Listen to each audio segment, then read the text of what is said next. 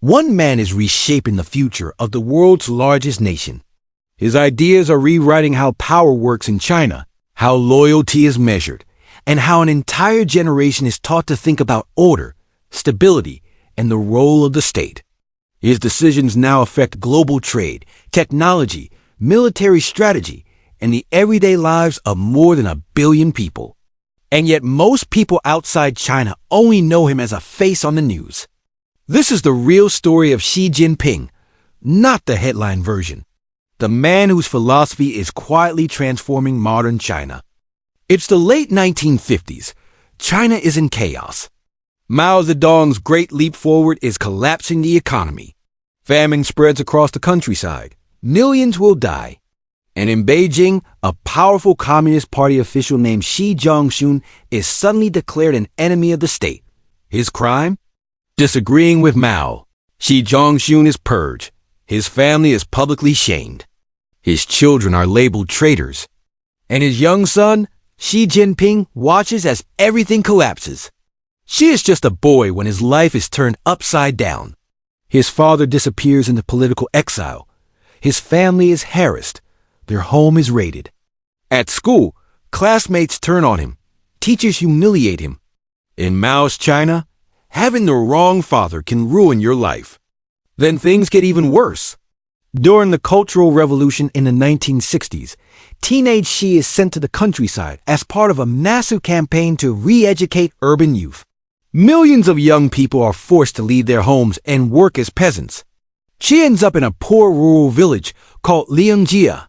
No electricity, no running water. Back-breaking labor every day. He sleeps in a cave dug into the hillside. He hauls manure. He farms the land by hand. He gets sick repeatedly. At one point, he tries to escape back to Beijing and is caught. Instead of being welcomed home, he's thrown in jail for months. While still a teenager, this experience changes him forever. Later in life, Xi would say these years taught him how ordinary Chinese people lived, how hard life could be, how fragile order was, and how important stability was above everything else. While many young people from elite families were destroyed by the Cultural Revolution, Xi slowly adapted. He worked harder than anyone. He gained the trust of local villagers. Eventually, they even elected him as a local party leader. It was his first taste of power, and his first lesson in something that would define his future.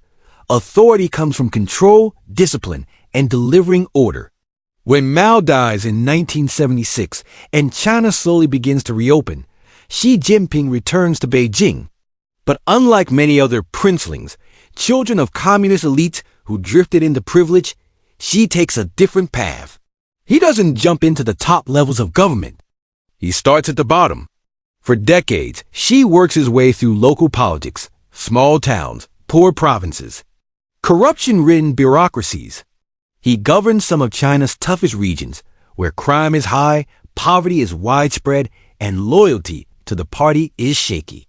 And everywhere he goes, he pushes the same ideas: strict discipline, obedience to authority, control over chaos. While China's economy explodes under market reforms, Xi becomes deeply suspicious of what rapid wealth is doing to society. Officials taking bribes, party members getting rich, Western ideas spreading. To Xi, it all looks dangerously familiar. A system losing moral control. The same kind of decay that once destroyed dynasties and nearly destroyed the Communist Party. By the time Xi rises to the top in 2012, becoming General Secretary of the Communist Party, he believes China is standing at a crossroads. Either the party tightens control and restores discipline, or the country eventually collapses into corruption, inequality, and social unrest.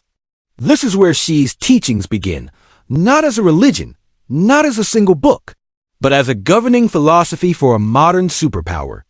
Xi launches the largest anti-corruption campaign in Chinese history. Millions of officials are investigated. Hundreds of thousands are punished. Some of the most powerful figures in the country are taken down. On the surface, it looks like a cleanup operation, but it's also something deeper. A message. Loyalty to the party comes before wealth. before personal ambition, before everything. Xi repeatedly talks about discipline as the lifeblood of the nation. He warns that without control, China will follow the Soviet Union into collapse. In his speeches, corruption isn't just a crime, it's a threat to civilization. But Xi's philosophy goes beyond punishing bad officials. He begins reshaping how Chinese people are taught to think about history, power, and the role of the state. Schools emphasize patriotism. Media highlights national strength. Western political ideas are restricted. The Communist Party is placed at the center of every institution, from corporations to universities. Xi calls this the great rejuvenation of the Chinese nation, the idea that China is returning to its rightful place as a global power after centuries of humiliation. And that only strong, centralized leadership can make that happen. To Xi, chaos is China's greatest enemy. Order is its greatest strength. He often references ancient Chinese philosophy, especially the belief that harmony comes from hierarchy and discipline. Society, in his view, works best when everyone knows their role. The party leads, the people follow. Stability is sacred. Just like Confucius believes social order began with proper relationships, Xi believes national strength begins with political obedience, not blind chaos, not uncontrolled freedom, but coordinated unity. And this worldview is now shaping everything China does. From massive infrastructure projects like the Belt and Road Initiative, to tight control over technology and data, to a military focus on discipline and loyalty above all else. Xi isn't just running a government. He's rebuilding a civilization around the idea of centralized authority. And he believes history proves it's the only way China survives. But as powerful as Xi's philosophy has become, it also raises huge questions. Can stability come without freedom? Can innovation thrive under strict control? Can loyalty replace trust? And what happens when one man's vision shapes the future of a billion people? Because just like Confucius never imagined how far his ideas would spread, Xi Jinping is now leaving a legacy that will shape China for generations to come. And we're only beginning to see what that legacy will look like. To understand Xi Jinping's true philosophy, you have to understand what he fears most. Not foreign enemies, not economic downturns. His greatest fear is disorder. In Xi's worldview, every major collapse in Chinese history followed the same pattern. Corruption spread, authority weakened. Elites became selfish, ordinary people lost faith, rebellions erupted, dynasties fell.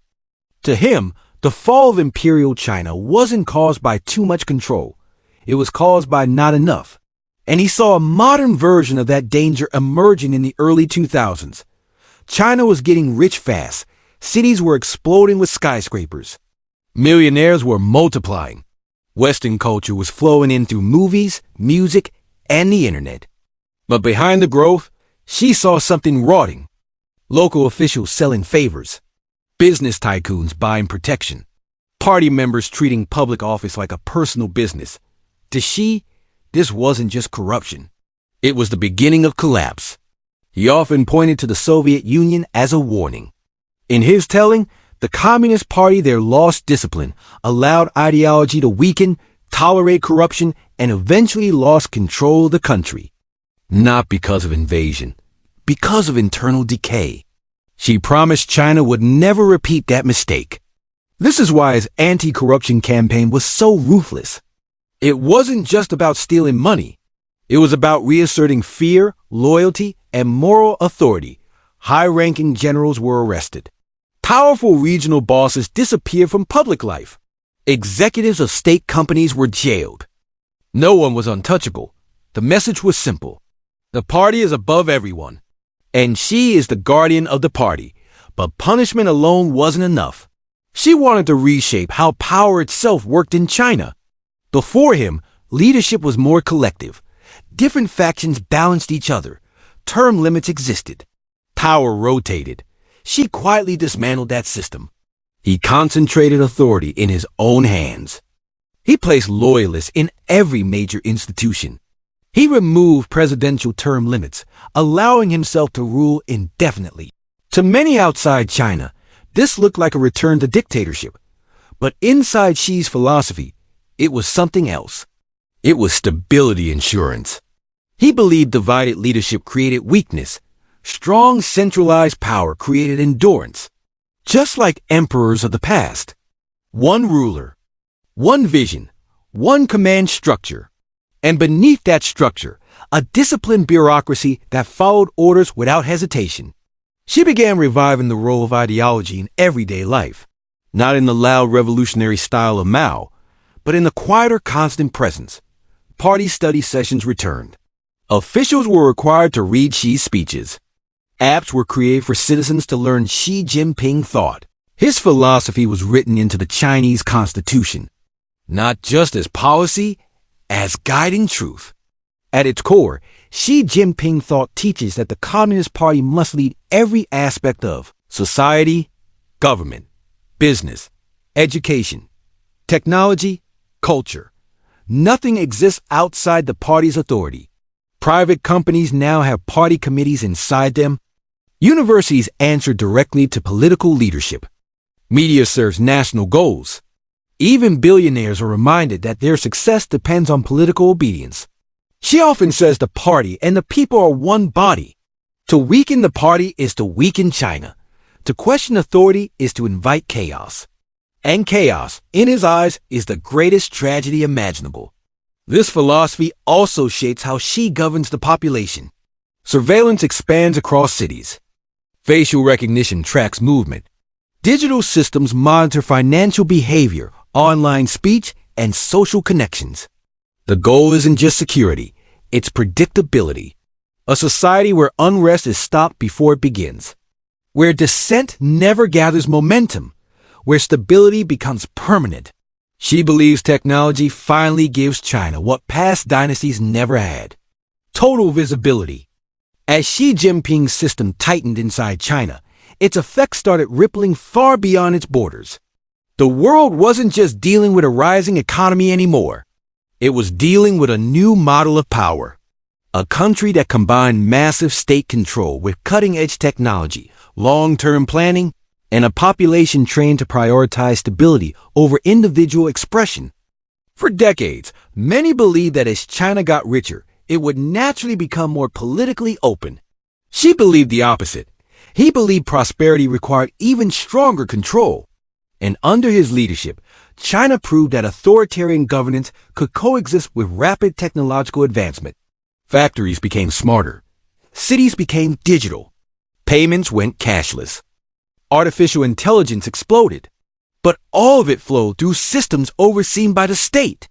Where Silicon Valley built platforms that empower individuals, China built platforms that empower coordination, ride-sharing, delivery apps, social media, banking, everything connected in the vast data networks that could be analyzed, regulated, and redirected when needed. To Xi, this wasn't oppression. It was modernization with order. A society where efficiency replaced disorder, where instability could be predicted and prevented. But this same system also made dissent increasingly difficult.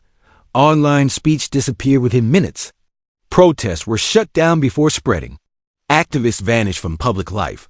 Journalists learned what not to report, not through constant violence, but through invisible pressure. Careers destroyed, families warned, access removed. The system didn't need to punish everyone, just enough to remind the rest. And for many citizens, the trade felt acceptable. Life was improving. Jobs were available. Infrastructure was modern. Crime was low. Compared to the chaos of earlier decades, stability felt like progress. Xi's government framed freedom not as the right to challenge authority, but as the ability to live safely within a strong society. Food on the table, education for children, healthcare expanding, high-speed rail connecting the nation. To millions, these were the real measures of success, not elections, not protests, but visible improvements in everyday life. Yet the same centralized control that created speed also created risk. When information flows upward through fear, leaders don't always hear the truth. Local officials hide bad news, mistakes get covered up, problems grow quietly before exploding. She tries to counter this by punishing dishonesty harshly. But fear can never fully replace transparency. And the larger the system becomes, the harder it is to manage perfectly. The economy itself began to reflect this tension. For years, China's growth looked unstoppable. Massive real estate development, state-backed loans, infrastructure everywhere.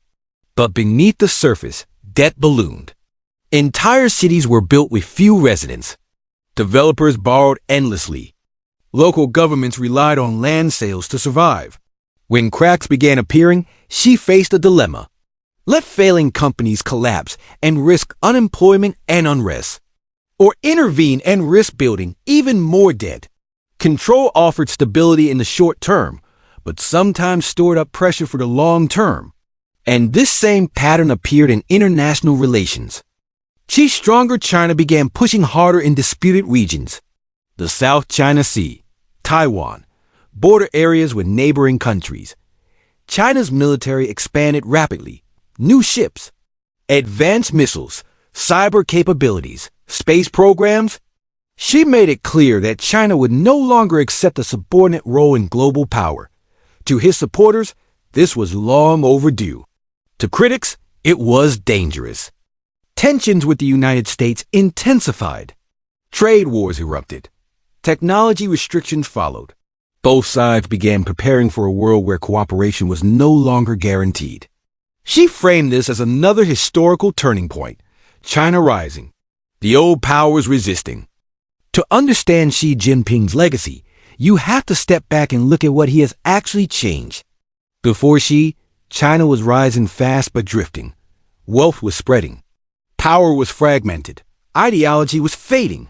The Communist Party still ruled, but its grip was loosening. Xi reversed that trajectory. He re-centralized authority, reinforced discipline, rebuilt ideology, reframed China's future as a civilizational mission, not just economic growth. In doing so, he transformed the party from a governing institution into the organizing force of society itself. Under Xi, the party is not just in government offices. It's in schools, corporations, neighborhoods, technology platforms, culture, daily life. Every major decision flows upward. Every institution aligns with national goals. Every success is framed as proof of centralized strength. This is Xi's core teaching. That order is the foundation of prosperity. That discipline is the price of stability. That unity is more valuable than individual freedom. And that only a powerful, guided state can protect China from collapse, humiliation, and chaos. In many ways, he has succeeded. China is more coordinated than ever. Infrastructure moves at breathtaking speed. Technology scales nationwide in months. National projects mobilize millions of people at once. Few countries in history have ever operated with this level of collective organization. And for hundreds of millions of Chinese citizens, life has improved dramatically compared to their parents' generation. Better housing, better education, better healthcare, greater opportunity. From their perspective, Xi delivered stability after a century of turmoil, but power always comes with trade-offs. The same system that creates coordination also narrows choice. The same discipline that creates order also discourages dissent. The same centralization that enables speed also concentrates risk. When authority flows in one direction, mistakes travel faster too. When criticism weakens, blind spots grow. When fear replaces debate, problems can hide until they become crises. History shows this pattern again and again. Highly controlled societies can rise with incredible force, but they often struggle to adapt when reality changes. Innovation slows. Honest feedback disappears. And leaders become surrounded by agreement instead of truth. She believes China can escape that cycle through constant discipline and technological oversight. That modern tools can correct the weaknesses of ancient empires. That data can replace dissent. That control can remain flexible. Time will decide whether he is right. What is already clear is the scale of his influence. Xi Jinping has reshaped how power works in the world's most populous nation. He has created a new model of governance that blends ancient ideas of hierarchy and order with modern surveillance and state planning. He has challenged the assumption that economic growth naturally leads to political freedom. And he has positioned China as a civilizational competitor to the Western model, not just another participant in it. Just as Confucius once restructured East Asian society around duty, hierarchy, and moral order, Xi has restructured modern China around discipline, unity, and centralized authority. One man, one vision, one organizing force guiding over 1 billion lives. And like Confucius, Xi likely never imagined exactly how far his influence would spread. He began as a disgraced official's son, sleeping in a cave in a poor village. Now his philosophy shapes classrooms, corporations, cities, foreign policy, and the global balance of power. Whether history ultimately judges his system as a masterpiece of stability or a fragile structure built on control is still unknown. But what cannot be denied is its impact. The way Chinese children are educated, the way businesses operate, the way citizens relate to authority, the way China interacts with the world. All of it now carries Xi's imprint, and the effects will last long after his presidency ends. So the next time you see news about China's technological rise, its massive infrastructure projects, its tightening political control, or its growing confidence on the global stage, remember that behind all of it is a guiding philosophy, a belief that order is the ultimate strength, that stability is worth sacrifice, and that a civilization survives not through freedom alone, but through disciplined unity. You're not just watching a country develop. You're watching one man's vision reshape an ancient civilization for the modern age. Just as Confucius did 2,000 years ago, ideas don't need armies to change the world. Sometimes they only need power, patience, and time. Thanks for watching. If you found this story helpful, like and subscribe for more deep dives into the ideas and figures that shaped history and continue to shape our world today.